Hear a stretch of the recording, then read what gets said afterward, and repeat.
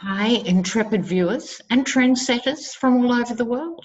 Here you are on Tarot Down Under, and I'm Lena Rodriguez, sociologist and political tarot card reader. So, massive things are underway, are they not? It's astounding.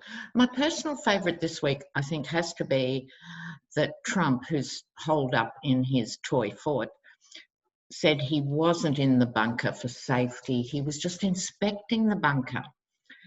And that led one comedian to comment, oh, okay, I go home to my wife and say, honey, I didn't really go to the strip club. I was only inspecting the strip club. He obviously thinks everyone's as stupid as he is. But let's launch in now. Want to look at Colin Kaepernick first off, because now there's this immense global momentum about Black Lives Matter, and he did it when he was the only one holding out. So I want to see how Colin's doing. And that reminded me of that amazing image of the 1968 Olympics with Tommy Smith and John Carlos doing the famous Black Power salute. The third person on the podium in 1968 was Peter Norman, an Australian runner, who was also a Quaker, and he wore a badge in support of them, or a button as you guys call it. They told him what they were going to do. He agreed he would be silent but support them with this button and let them have that incredible moment. And you may or may not know the story, but when they arrived at the podium, one of them had forgotten their gloves, and it was Peter Norman who said, wear one glove each. So that's Australia's little interjection on that amazing moment in history. They stood up so bravely, and their lives were ruined because of it. They didn't get the support. So Colin Kaepernick has spent, I'm sure, a tough few years, but he's so strong. So let's have a look at what's happening for Colin Kaepernick.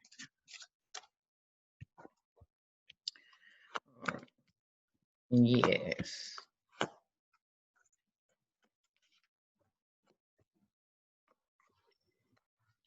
Yeah, here he is, the messenger.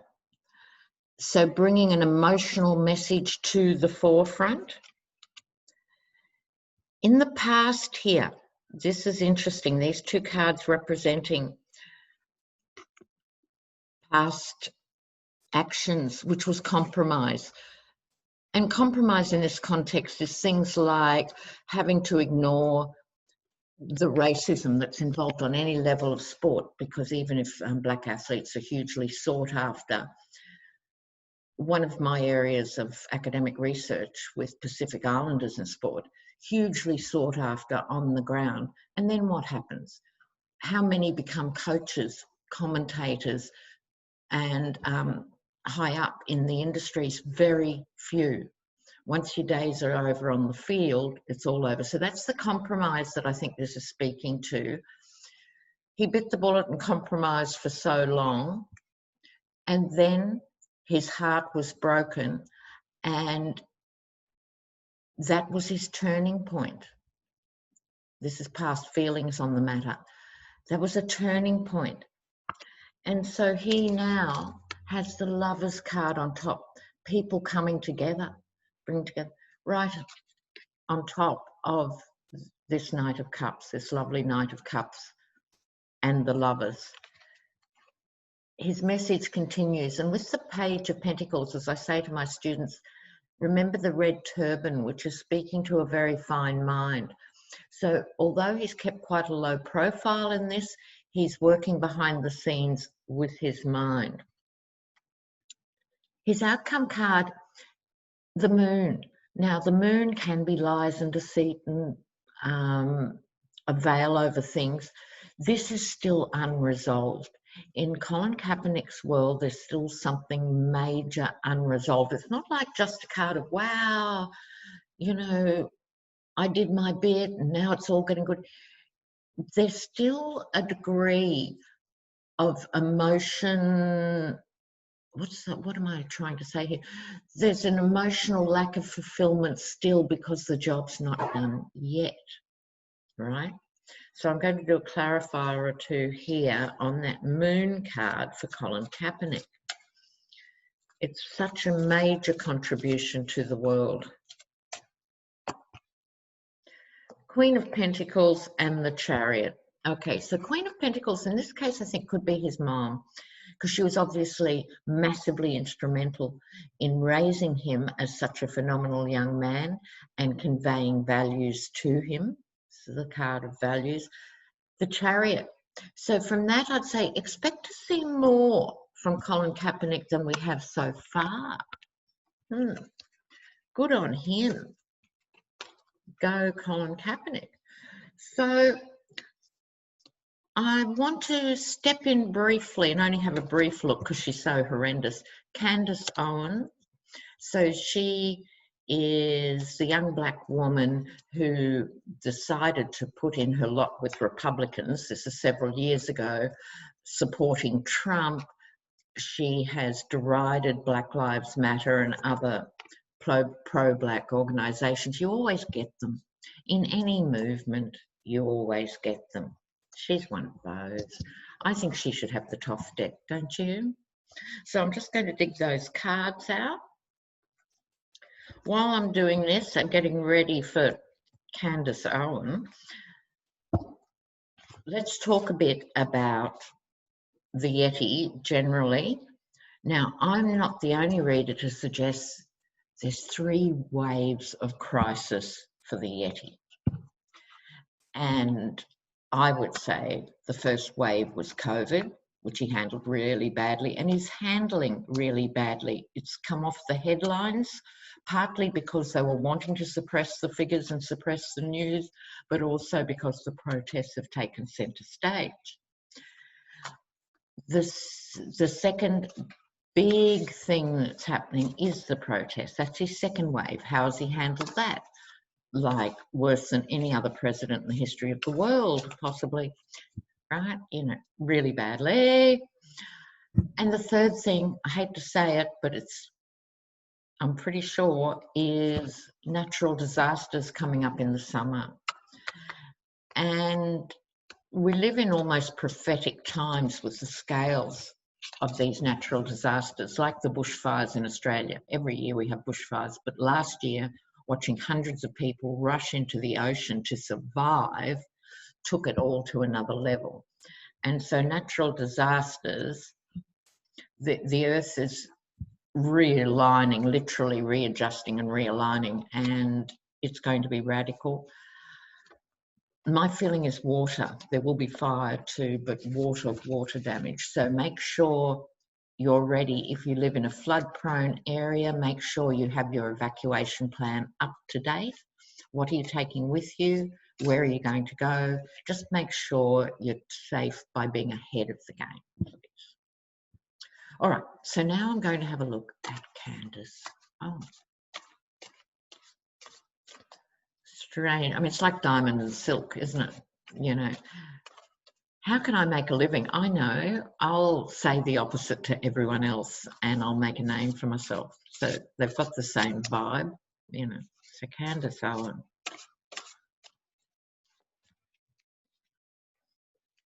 Cruelty. Ooh. Oh, sorry, let me bring you down.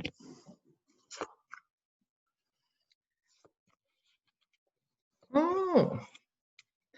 Look, you wouldn't actually want to be in Candace Owens' shoes right now. I don't like to write people off, but sometimes you have to. Okay, this is her essential nature. 9 of Swords, cruelty. I'm not saying she tortures puppies, although she might. Nothing would surprise me. This is not a nice spread for a young woman, right? It's like she's channeling some other horrendous energy. I didn't expect them to be this dramatic, but then it is the top deck. So there's a cruelty to her. So cruelty can take many forms. There's the actual doing of something cruel that creates pain for others. And I think what she does creates pain for others. She's cruel. She's doing it for the money, and she's actually in a three-way relationship with two other people who are essentially paying her to keep going, whatever her title of the moment is or isn't. She's actually got money, dark money, for doing what she does. She then gets the tower. Need I say more? So she's going to, well, she does look really stupid, vicious, and out of touch. Trump's 73 and has been, she's chosen this path, so that's why her tower is coming. The Four of Cups is traditionally the offer you don't want. This is after her tower. But all roads lead to the cross. Interesting. Yeah, it's the end of Candace Owens. She might be around till the end of this year, but after that she will be a footnote in history as this really nasty piece of work. What can I say? Maybe my feelings about her jaundice the reading. It's entirely possible. However, I think she's that awful, all on her own, without me. So that's Candace. Now, there's talk that the Yeti, who we know is frothing at the mouth, and his little hairy legs are in the air with despair, with the poll numbers and everything else. He's talking of getting rid of the son-in-law, Jared, and Brad Pascal, who was his Minister of Evil during the original campaign. Evil genius, you'd have to say. He was the one, along with Paul Manafort, who did the deals to micro-target things to put all the misinformation about Pizzagate and make it a thing. They didn't invent Pizzagate, but they made it a thing, and Hillary's emails and all of that. That was Brad Pascal, who also worked on Brexit. Okay, so I want to see what's happening. First of all, with Jared, I don't think I'll bother reading on Brad Pascal. I'll read on Jared, then we'll move on. Okay, so Jared, married to the demon spawn of Ivanka. Something, now let me throw this out to you, YouTube. They've got 3 children. Did she use surrogates or something? How come I've never seen an image of Ivanka pregnant? Have you? Please share it with me if you have. I suspect surrogates because, as we say over here, I don't know if you say it in the US, too posh to push. So let's look at Jared. He has a lot to answer for. I'm using the Russian deck for him. Jared. What's happening with Jared?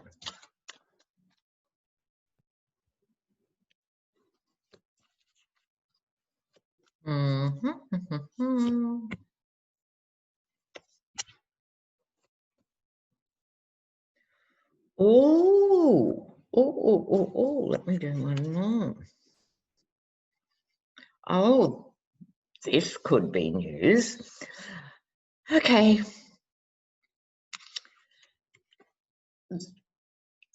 It's quite funny if you think of Jared and Ivanka. I mean, maybe the figures are interchangeable, who knows? But the 7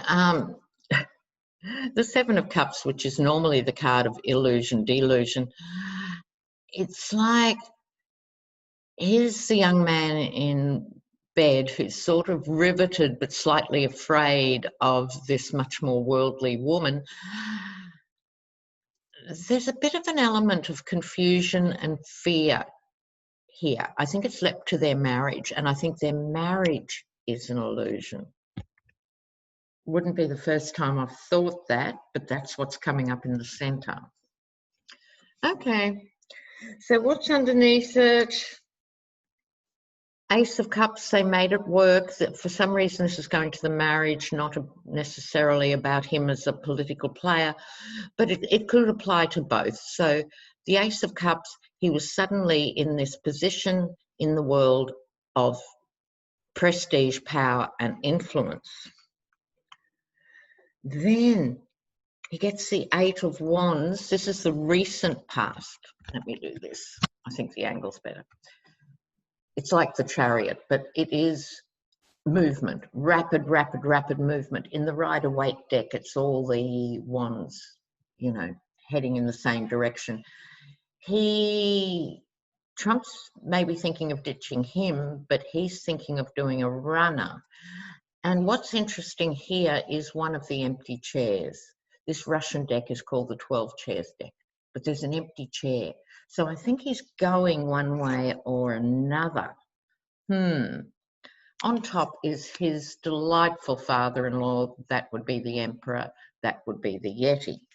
Now, the two cards that interest me here are the Eight of Pentacles and the Three of Cups. So this is my card of the journalist working day and night, you know, against the clock. And when this card first came out, I thought, maybe he's going to actually say something a bit damaging about Trump. And then came the Three of Chalices, which in this deck are the three conspirators. Doesn't it look like Rudy Giuliani? But I think this is Jared with two others who are talking about what to do. I think they're going to leak. I think Jared's going to leak. How fascinating. Now, so let's put it this way. I think Jared's on thin ice. It's sort of, will he go before he's pushed? Will they hide it? He might be on the outer and we don't officially know what the story is, but it'll come out through a leak or through an investigative journalist's sort of works. But his role will not be as big as it was in 2016. And of course, the Yeti always has to blame someone. So that's good enough. And do we care if he blames Jared? Oh, okay. So he's working overtime, busier than a paper shredder in the White House, as I've come to say. Okay, so what else am I doing on? Oh, I have to say too, because the protests haven't gone away at this point, the amazing, amazing stuff that's coming out with the different police forces.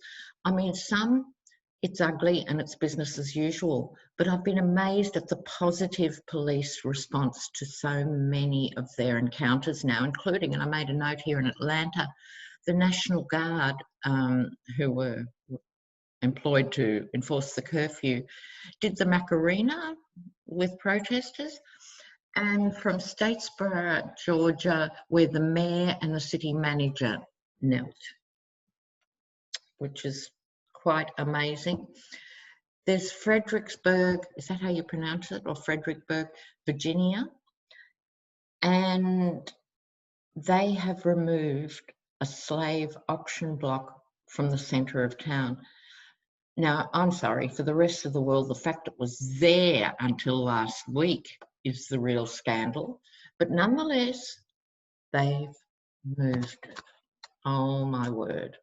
Okay, so let me just look at my list here quickly, which are a list of your requests, by the way. Now, oh, Flynn. I'll stay with the Russian card, shall I? Now, bringing you up to speed. Justice Sullivan said at the time, Flynn's stuff is so treacherous, he was personally appalled and disgusted. Then the DOJ waded in under bar to try and drop the Flynn case. Justice Sullivan then employed another judge to represent him against the DOJ, who was Judge Gleeson. Judge Gleeson has come back with a scathing report on the Department of Justice behaviour. If you haven't read it, go and read it. It's amazing. So let's just see what's happening with the Flynn case. Oh, Flynn case going. Oh my word. Flynn case. What's going to happen with the Flynn case? Oh. Michael Flynn and this new ruling. What's the next step? Michael Flynn and this new ruling. What's the thing? All right, I'll do a four-carder for this.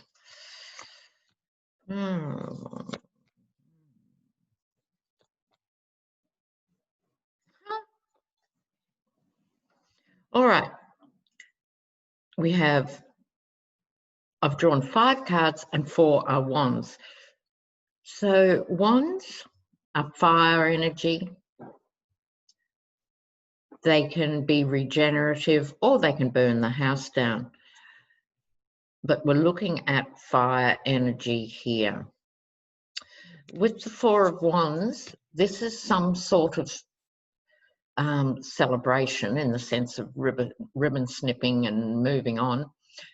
But it's always my card of falling short or diminished celebration. So Flynn, sorry, another digression, viewers. Flynn's caught himself or painted himself into a corner really with this, because on the one hand, I think he was profoundly feeling guilty about the terrible things he did for ugly cash that compromised his role as an American citizen, let alone as a military man. I think he was very uncomfortable, came through for the FBI and all of that.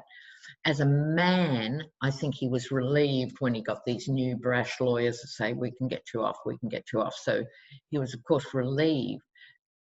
But I don't think the guilt's gone away. And that's what I think the diminished celebration is. And you know what? Mike Flynn, if you're watching, it's never going to go away. All right. 3 of wands, business and trade, over the waters, international business dealings. And they're in a park at night, symbolically dirty dealings. This 2 of wands, this is a strategy, and in this case, I think it's the legal strategy of how to get him off the hook. And it's both sides strategizing. It's his lawyers strategizing how to get him off.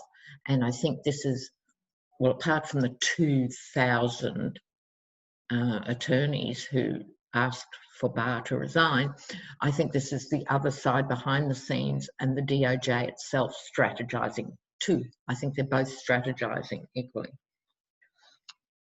I think it's going to come to some agreement. This is the Lover's card. I love this card, really, isn't it? Is that, if you take this as the main figure, is that his daughter or is it a bored call girl? I think in this case, and the waiter who is noticing everything, I think there's still been some eyes and ears on Flynn. In other words, I think he's still being monitored and he may not know that. And I think when the new administration comes in, this whole thing is being revisited. That's why I think the celebration is premature. And even if they let him off the hook, he'll be charged with other things in the new administration. It could actually be better than a pardon, even in some ways, from our point of view. With a pardon, he could walk away, but I think he's done enough that there are other charges they haven't pursued yet, and I think these will come out. The extra card I pulled was the King of Wands, which I think I take to be the new president, and it's not the Yeti.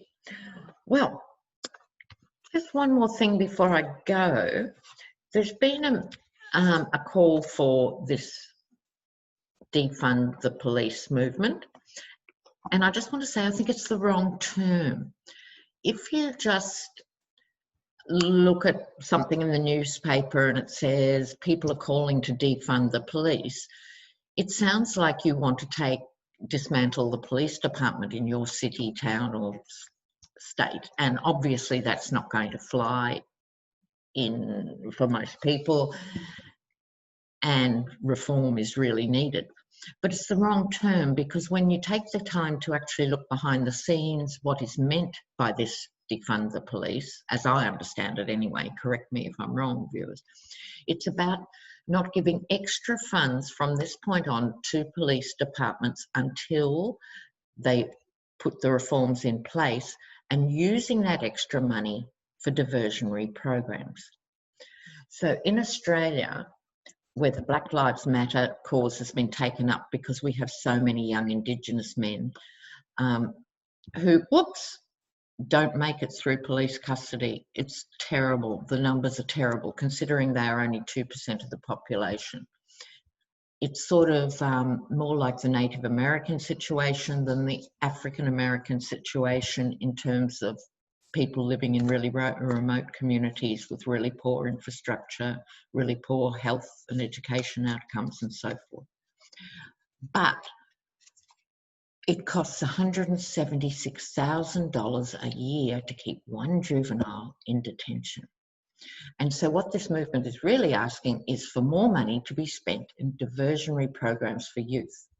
We also know there are deep correlations between literacy and jail. So if you can improve the literacy of a community, that helps the whole thing improve. But diversionary programs are needed for young people in all areas. All right. And one of the biggest difference between really rich schools and public or state schools as they are here, it's not in the quality of teaching so much, it's in the other facilities. If you go to a private school, they have the most amazing sports facilities, they have the most amazing art facilities, the most amazing drama facilities. So every area needs that. So I just wanted to be clear that it's actually about justice reinvestment, not defunding the police. So look up justice reinvestment, because there's fabulous studies that show again and again, if you put this much into prevention, you save this much in punishment. All right, it actually saves you money to invest on the ground. Duh. So, on that note, I shall see you very soon. Thanks, everyone. Love your comments. Mwah, mwah. Oh, I'm putting up a really good thing from Chris Hayes from MSNBC on this video about what's happening with capitalism as we speak.